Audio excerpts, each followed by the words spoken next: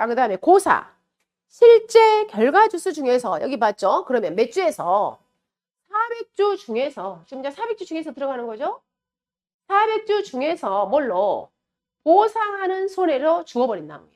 그래서 방금 뭐라 했습니까? 여기 4개는 보상하는 손해죠? 4개에서 죽은 이 나무를 갖다 우리는 정통 무슨 주스라고 표현한다? 보사 주스로 표현하는 거예요. 자, 그 다음에 미보상 주스. 실제 결과 주스 중에서, 즉 400주 중에서, 그러잖아요? 400주 중에서 보상하는 손해 2의 원인으로 죽어버렸거나, 자, 여기까지. 그럼 얘가 바로 얘죠. 병충해는 보상하지 않죠? 병충해를 해서 죽었습니다. 그러니까 얘가 바로 무슨 주스가 된다? 미보상 주스 분류했습니다. 자, 죽었거나, 자, 두 번째. 수확량이 현저하게 감소된 나무수, 바로 얘죠. 해거리. 하나도 없어. 가봤더니 나무는 안 죽었어. 이게 죽어버렸거나 보사되었거나 죽지는 않았지만 가봤더니 사과가 하나도 안 열려 있어. 얘가 봐도 수확량이 당연히 떨어지잖아요. 수확량이 현저하게 떨어질 것 같은 나무를 갖다 우리는 뭐라고 표현한다? 미보상 주스로 표현하는 겁니다. 그럼 대표적인 게 거의 해거리예요. 작년에 사과를 엄청 달았어. 올해는 사과가 안 열려버려. 이런 것들 정통 해거리. 두 가지 이제 미보상 주스는 이미 죽어버렸거나 또는 현저하게 수확량이 떨어질 것 같은 나무를 갖다 우리는 미보상 주스. 특히 이런 것들이 있어. 현장에 가보시면 사과뿐만이 아니라 자기가 30년 사과 나무야. 가봤더니 배도 마찬가지고. 근데 계약자가 이제 나무가 너무 우성하니까 관리하기 힘들어. 그래서 여기를 싹둑 잘라버렸어. 우리 그럴 수 있어요. 너무 사과가 커버리니까. 그리고 여기에서 다시 결과주를 가지를 뽑았어. 다시. 그럼 이제 얘가 갔더니 밑에는 34년 나무야. 갔더니 이제 가지가 몇 개밖에 안 나와 있어. 그래가지고 거기가 사과가 원래는 한 300개 열려야 되는데 가봤더니 사과가 한 10개밖에 안 열렸어. 그러면 이때 얘가 원래는 기준이 한 300개 열려야 돼. 10개밖에 없어. 여러분 이때 가셨을 때 어머 이거 사과 4개 입어가지고 사과 10개밖에 안 열렸네요. 이러면 안 된다는 거지. 얘는 결론은 어떤 원인이 뭐예요? 원인이 광전정이에요. 광전정. 너무 광전정을 갖다 강하게 잘라버린 거지. 이것도 똑같이. 자, 뭘로? 보상하지 않는 채로 계약자 강전정으로 인해서 수확량이 현저하게 떨어졌잖아요. 바로 이런 나무를 갖다 우리는 다 뭘로 처리한다고요? 미보상 주스로 다룬다. 미보상 주스. 현장에 가봤다. 이런 게 다 미보상 주스야. 방금처럼 해거리로 인해서 사과가 안 열렸어요. 또는 계약자가 강전정으로 인해서 사과가 안 열렸어요. 이런 나무를 다 우리가 미보상 주스로 표현하는 거예요. 미보상 주스.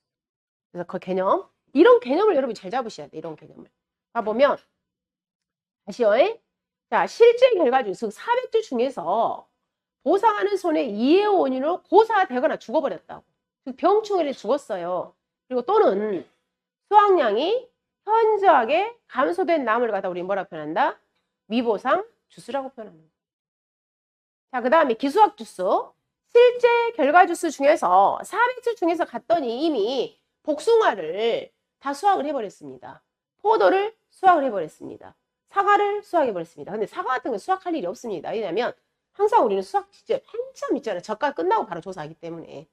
그래서 어쨌든 기수학 나무가 있다 그러면 기수학 주스를 표현합니다. 자, 그 다음 수학불능 주스 봐보세요.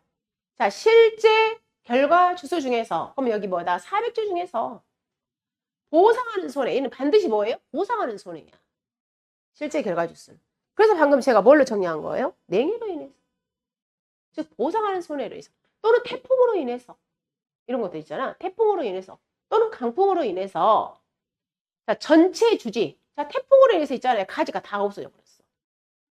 찢어졌다 이 말이겠죠. 또는 뭐예요? 태풍으로 인해서 우리 지금 이제 막 수정 시기에 꽃이 피어야 되는데 꽃눈이 다 떨어져 버렸어. 그럼 꽃눈이 없어버리면 수정이 안 돼서 과실이 없겠죠.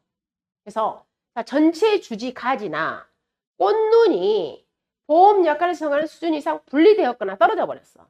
또는 이제 감나무 있잖아요. 감나무. 감나무가 침수돼 버렸어. 단감나무. 단감나무 신초가 다 떨어져 나가버렸어.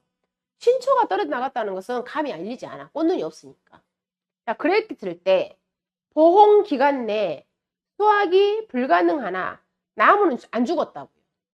나무는 죽지 않아.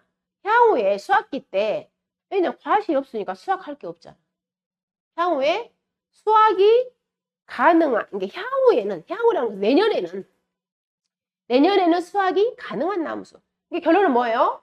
수확 불능주수는 죽지는 않았어요. 대신에 뭐가 없다고요? 과실이 없어, 올해. 근데 그게 과실이 없는 이유가 보상하는 제로. 이게 포인트예요. 여기 같은 경우에 제가 설명해놨죠. 살아있다고. 살아있는데 뭘로 인해서 냉해로 인해서 과일이 하나도 없을 때는 수확 불능주수. 또는 태풍으로 인해서, 침수로 인해서. 근데 반대로 뭐예요? 살아있다고. 근데 과일이 하나도 없어. 뭘로 인해서? 해거리나 강전정으로 인해서 하나도 없어. 그때는 무슨 주스로 분류한다? 미보상 주스로 분류. 이 분류 기준. 우리가 현장에서는 이런 거 있어요. 현장에서는. 봐보세요. 태풍이 이제 막 육아가 이만한 사과가 열려 있어. 근데 태풍이 왔어. 그래 얘가 사과 나무가 있잖아요. 뭐예요? 도복이 된 거야. 넘어졌어. 넘어져가지고 사과가 이제 뿌리채 일부가 뽑혀버렸어. 그럼 여러분 사과 나무를 살리기 위해서 어때요? 다시 얘를 세워서 이제 따독따독 해가지고 어때요? 얘가 살 수 있도록 해줘야 되지. 근데 우리 사람이든 과실이든 공통이야. 내가 살기 위해서는 내 자식을 어때요? 우리 사람은 또 다르겠지만 본인이 살기 위해서는 자식을 버려. 우리 과실. 그 자식을 버린다는 건 뭐예요? 다 과일을 따줘야 돼. 그래야 일단 이 나무를 살리기 위해서 과일을 싹 따버려요. 이 나무를 살려야 되니까. 그래갖고 겨우 나무를 살려냈어. 그럼 이 나무를 어떻게 볼 거냐 이 말이에요. 여러분 현장에 가셨을 때. 그럼 결론에 과일이 하나도 없는 거잖아요. 그럼 결론은 이 나무를 갖다 우리가 무슨 나무로 분류하냐면 현장에서는 수확 불능주수를 정리해줘. 어쨌든 간에 보상하는 제로 인해서 뭐예요? 사과가 하나도 없는 거예요. 그런다 감이 하나도 없는 거예요. 이런 것들. 아무튼 수확 불능주수의 개념 죽지는 않았어요. 나무가 아직은. 다만 과실이 없는 거예요. 그 원인이 보상하는 손해로 인해서. 자, 그 다음에 조사 대상 주수라는 건 결론 여기서 제가 다 뺐잖아요. 즉 실제 결과지에서 쟤들을 싹 뺐죠. 즉 이제 우리가 본격적으로 조사해야 할 나무야. 그래서 조사 대상 주수라는 용어를 쓰는 겁니다. 그래서 실제 결과지수에서 고사, 미보상, 수확 완료, 즉 수확 완료, 수확 불능주수를 뺀 나무수를 갖다 우리는 뭐라고 표현하냐면 조사 대상 주수라고 표현해요. 여러분이 조사해야 할 나무 그 말이에요.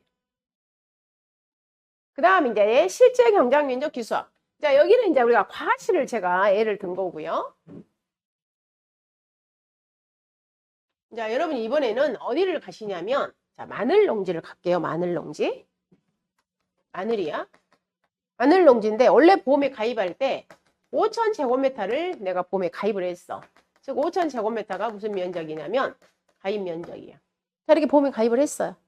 자, 그리고 나서 이제 여러분이 나중에 수학기 때 이제 조사 간 겁니다. 조사. 그럼 첫 번째, 제일 먼저 얘도 가서 여러분이 뱅글뱅글 다 돌아. 측정기를 가지고. 갔더니 마늘이 심어져 있는 면적. 그걸 갖다가 영어를 뭐라고 표현하냐면 실제 경작 면적이라고 표현해요. 마늘이 심어져 있는 면적. 그럼 마늘이 얼마밖에 없다. 자, 마늘이 1,000제곱미터밖에 없어. 원래 계약자가 얼마 심었다고 했는데 5,000제곱미터 했다고 했는데. 그럴 수 있어요. 현장에 가보면. 물론 또 5,000제곱미터 심어져 있는 경우도 당연히 있고요. 둘 중에 하나겠죠? 조금 심어져 있거나 아니면 똑같이 심어져 있거나 아니면 훨씬 많이 심어져 있거나. 근데 어쨌든 실제 경작 면적은 우리가 가입 당시에 계약자가 심은 면적 우리가 실제 경작 면적에 표현하는 겁니다.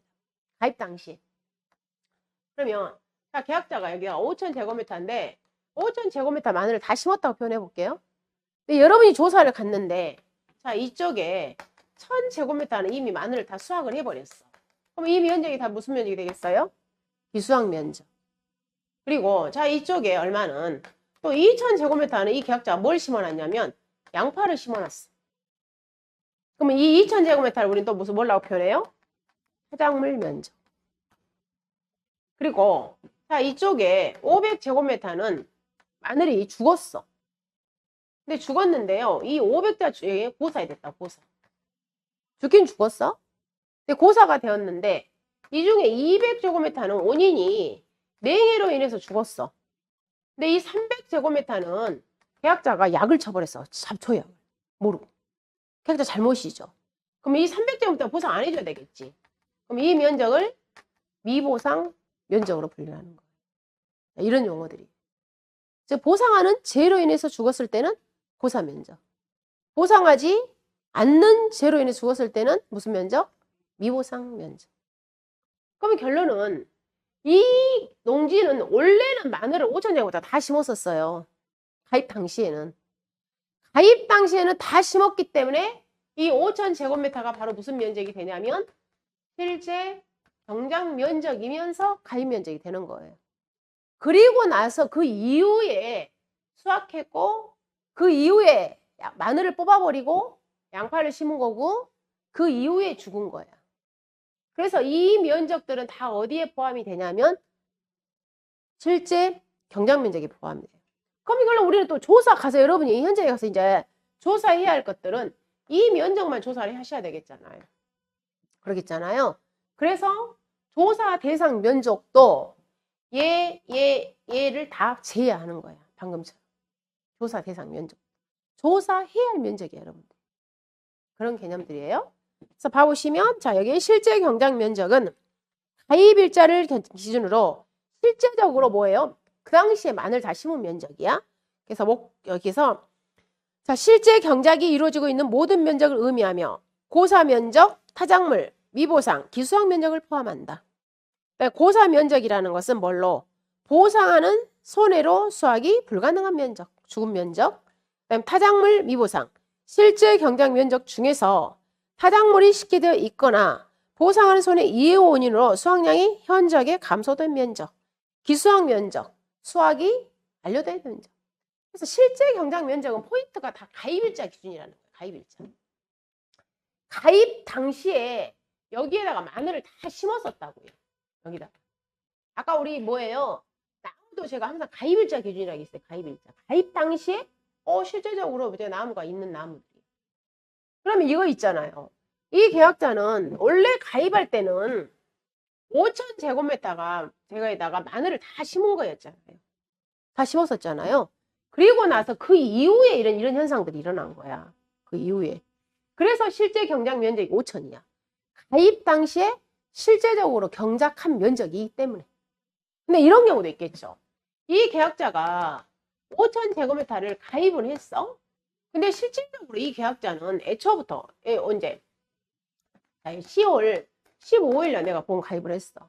근데 가입 당시에 있잖아. 이 계약자가 얼마만 3,000제곱미터만 마늘을 심었어. 마늘을 식재하고 그다음에 이 2,000제곱미터는 뭘로? 양파를 심어버린 거야. 이때 바로 가입 당시에 애초부터 마늘 안 심었다고. 그럼 이때는 실제 경작 면적이 얼마가 된다고요? 3,000이라고. 이때는. 이게 항상 포인트가 뭐라고요? 가입 일자 기준이야. 가입 당. 가입 당시에 실제적으로 심어져 있는 면적이야. 실제 경작 면적이라는 것은. 가입 일자 기준이야. 그러니까 여기는 그러잖아요. 내가 가입 당시에는 5,000제곱미터 다 심었다니까요. 그리고 심고 나서 이런 현상들이 이루어진 거야. 마늘을 뽑아버리고 양파를 심었거나 죽어버렸거나 또는 수확을 해버렸거나. 그래서 이 면적들은 실제 경작 면적에 당연히 포함하죠. 왜? 내가 실제적으로 경작한 면적이었어. 근데 애초부터 가입은 5,000 해놨지만 실제적으로 마늘을 나는 3,000밖에 안 했습니다. 그럼 이때는 실제 경작 면적이 얼마가 된다고요? 3,000이에요. 그래서 이때는 우리가 면적 변경을 또 해요.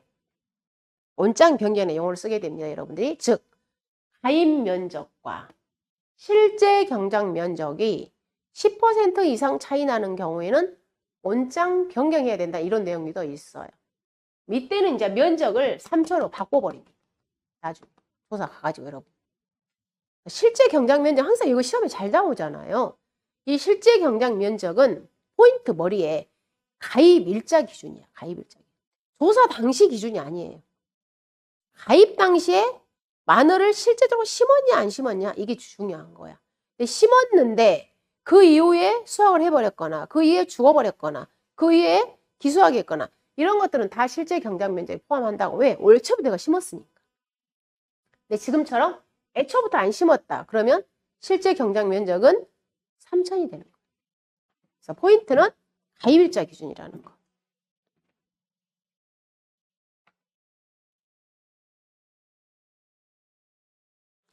자, 그 다음에 11페이지 재배에 관련된 용어 보겠습니다. 자, 꽃눈 분화, 꽃눈 분화기. 자, 이거 두 가지 같이 연결합니다.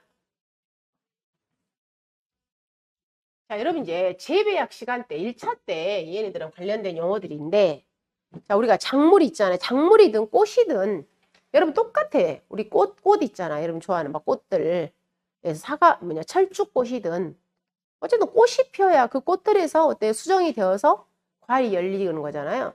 그럼 이 꽃들이 피려면은 뭐예요? 꽃눈이 있어야 되겠지. 꽃눈. 꽃눈이 또 잎이 나려면 잎눈이 있어야 되잖아. 모두 이건 공통이죠. 재배. 그럼 봐보면 얘는 생장기가 어떤 식으로 이루어지냐면 자, 올해 자 2023년이라 할게. 2023년 있잖아요. 7월달, 6월달, 7월달 그 시기에 내년에 있잖아. 내년에 꽃이 필 꽃눈이 이때 형성이 되는 거예요. 우리가 눈에는 보이지 않지만 이때 이 7월달에 이미 나무에서 있잖아요. 꽃눈과 잎눈이 다 형성돼. 나무 속에서. 자, 그래가지고 형성됐어. 그럼 이때 있잖아. 이 꽃눈이 형성되려면 어때요? 그 나무 상태가 좋아야 되지. 영양이 풍부한 나무. 그리고 또 일조량. 일조량도 엄청 좋아야 되지. 여러 가지 또 기온, 그다음 내 몸 상태, 나무 상태. 그래야지 꽃눈이 많이 생길 거 아니에요. 그럼 꽃눈이 많이 생겨 내년에 어때요? 꽃이 많이 피게 되겠지. 자, 이런 자연 환경도 중요하겠죠. 자, 그리고 나서 내년에 2024년도에 몇 월 달에 보통 3월경에. 3월경에 이제 따뜻하면 어때요? 여러분들 눈에 보이죠? 이제 꽃눈이 막 나오죠. 이렇게. 눈이 나오잖아요. 지금 눈이 나와. 그럼 눈이 나와서 어때요? 이제 걔에서 어때요? 이제 나중에 이렇게 발화가 되는 거지.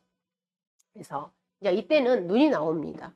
그럼 그때 눈에 나와서 이렇게 뭐예요? 눈이 막 나오는 거 있잖아. 그래서 눈의 인편이라고 표현해. 그 눈의 인편이 좁히좁히 나와. 자, 그 시기를 갖다가 우리는 뭐라고 하냐면 발화라고 그래. 발화. 그러면은 눈의 인편이 이제 한 나무가 있다. 그럼 눈의 인편이 이렇게 많이 나오게 되겠잖아요. 많이 나오겠지. 그럼 50% 이상 나왔을 때를 영어를 뭐라 하냐면 발화기라고 해. 얘는 몇 퍼센트? 50% 이상 진행되었을 때 발화기라고 그래. 그럼 발화가 되고 나면 이제 어때요? 눈에 인편이 나오면 이제 뭐가 돼요? 꽃이 피죠. 개화가 되는 거죠. 개화. 꽃이 펴요. 그럼 꽃이 피고 되면은 꽃이 피면 이제 얘가 꽃이 피어서 떨어져 버리면 안 되겠잖아. 꽃이 피어서 뭐가 돼야 돼요? 수정이 돼야지, 수정. 수정이 돼야 이제 과실이 열리는 거잖아요. 그래서 수정이 되어서 애가 이제 과실이 열리는 거지. 그러고 나서 그 과실, 어린 애들 갖다 영어를 우리는 뭐라 표현하냐면 육아라고 해, 육아. 어린 과실. 이제 조그만 애들 있잖아. 그리고 나서 애가 이제 크죠. 이제 점차 사과 모양을 이루어져. 그때는 우리가 이제 과실이라는 용어를 쓰는 거예요. 과실. 그럼 이제 사과 막 크죠? 익죠?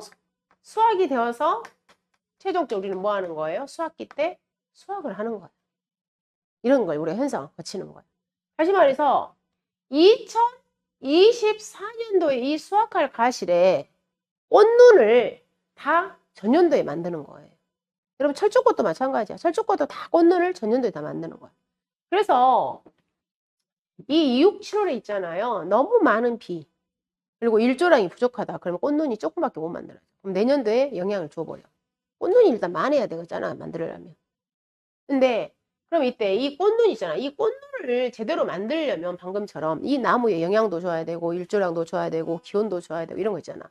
이게 꽃눈이 형성되는 그런 과정을 갖다가 영어를 뭐라 표현하냐면 꽃눈 분화라고 그래. 꽃눈 분화.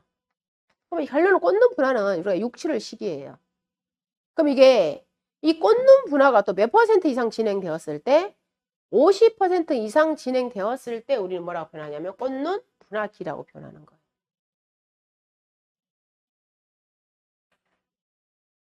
그래서 거기 봐봅니다. 자, 꽃눈 분화에 대한 용어 정리. 영양 조건, 이 나무의 영양 조건. 그 다음에 기간, 기온, 일조 시간 이런 것들이 필요하다 이 말이에요. 이 꽃눈 분화가 되려면. 그래서 일조 시간 따위의 필요 조건이 닫혀서 꽃눈이 형성되는 현상을 갖다 뭐라고 표현한다? 꽃눈 분화. 그럼 이런 꽃눈 분화가 몇 퍼센트? 50% 이상 진행되었을 때 꽃눈 분화기.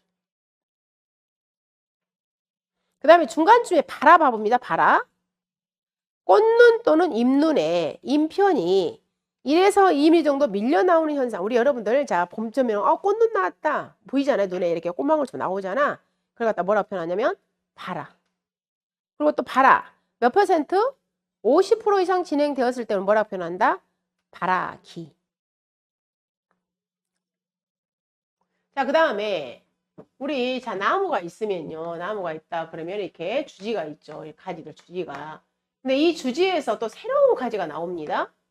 새로운 가지. 얘를 갖다 우리 뭐라고 하냐면 신초라고. 해가지. 해가지. 그리고 나서 여기서 뭐가 열리냐면 자 감이 열려요. 감이. 이렇게. 그러면 이 감, 우리 여러분 단감 떫은과 이 감은 무조건 어디에서 열리냐면 올해 나온 해까지에서밖에 열려. 포도도 그러고 신초에서밖에 안 열려. 얘는. 그래서 자 우리 해까지를 갖다가 신초라고 그래. 그럼 방금처럼 신초발아라는 것은 거기 밑에 발아기 밑에요. 새로 나온 즉 해까지에서 눈의 인편이 나오는 것 같다. 우리는 신초발아. 또 마찬가지로 50% 이상 진행되었을 때를 뭐라고 표현한다? 신초발아기.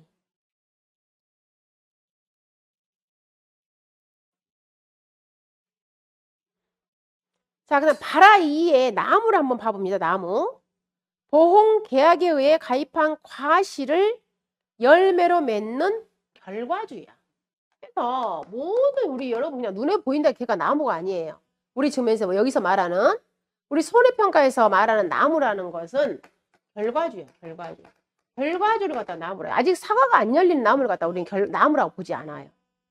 그래서 그러면 최소한 이 결과주가 되기 위해서는 보험회사에서 계약해주는 그걸 갖다 우리가 인수 가능이라고 표현해. 인수 가능한 나무를 갖다 우리는 결과주라고 표현해요. 그러면 보험회사에서 계약을 해주는 인수 가능한 나무는 다 뭐가 있다는 거예요? 최저 수령이 있다는 거지. 방금처럼 사과다 그러면 3년이야. 포도다 그러면 3년이야. 밤이야 그러면 5년이야. 이런 최소한의 수령이 있다는 겁니다. 이런 수령 이상 된 나무를 갖다 우리는 뭐라고 보며 결과주로 보며 이 결과주에 대해서 우리는 나무로 보고 이런 나무에 대해서 보험에 가입을 시켜주는 겁니다. 그래서 방금 실제 결과주수에 포함이 되지 않는 것들은 유목에 해당되지 않아요. 예, 결과주만 실제 결과주수를 보기 때문에.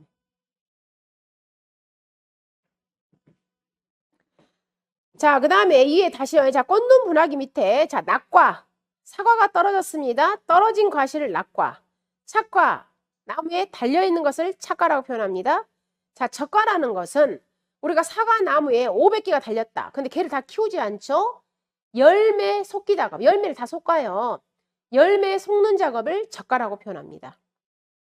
그래서 알맞은 양의 과실만 남기고 나무로부터 과실을 따버리는 거. 우리 열매 속는 작업을 표현하는 거예요. 적과라는 것은 열매 속기. 자, 열과. 여러분들 포도 많이 터져버리죠. 우리 집에 포도 씻어가지고 식탁에 놔둔다고 막 포도가 터지잖아. 왜? 걔가 수분을 흡수해버리니까 터지는 거야. 과실이 터져버리는 현상을 갖다 우리는 열과라고 표현합니다. 자, 그 다음에 쭉 내려오셔서 자 수확기 봅니다. 수확기. 우리가 수확하는 시기. 그 다음 자 유실이라는 것은 과수원넷에서 나무가 잃어버리는 거야. 즉 우리가 비가 왔다 그러면 나무가 쓸려서 뽑혀서 어디 없어져 버렸어. 예, 비로 인해서 쓸려가 버렸어. 없어져 버린 거죠. 자 유실이라고 표현합니다. 매몰. 비가 와서 나무가 묻혀버렸어. 매몰돼 버렸다 표현합니다. 근데 이 매몰의 개념은 나무가 토사 및 산사태로 주관부에 30% 이상만 묻혀도 자 여기 사과나무가 있어. 자 산사태가 있어서 몇 퍼센트? 3분의 얼마요? 3분의 1 아니 주관부에 30% 3분의 1 30% 이상만 묻혀도 어때? 얘를 갖다가 우리는 뭐라고 본다고요? 매몰로 본다고요. 다 묻혀버려도 당연히 매몰이에요. 30% 이상만 묻혀도 매몰로 본다는 거예요. 자, 그 다음에 도복은 쓰러져 버리는 겁니다. 그러면 쓰러졌을 때도 마찬가지야. 완전 쓰러진 건 다 당연히 도복이지. 근데 몇 퍼센트 이상 쓰러져도 45% 이상 쓰러지면 우리가 도복으로 본다는 겁니다. 다음 절단, 가지가 부러진 거야. 나무의 주관부가 아예 분리되거나, 자 주관부가 있잖아요, 주지. 예, 주관부가 아예 분리가 돼버리거나, 또는 전체 주지 또는 꽃눈이 3분의 2 이상 떨어져 버렸다. 그래도 우리는 이를 갖다가 뭘로 보냐면 절단으로 보는 겁니다. 그 다음에 신초절단. 단감, 떫은감의 신초에 얼마? 3분의 2 이상이 분리된 상태를 갖다가 신초절단. 그 다음 침수는 물에 잠기는 겁니다.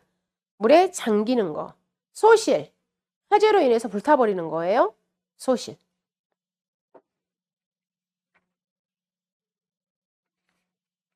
자, 잠깐 쉬었다 뒷장 보도록 할게요.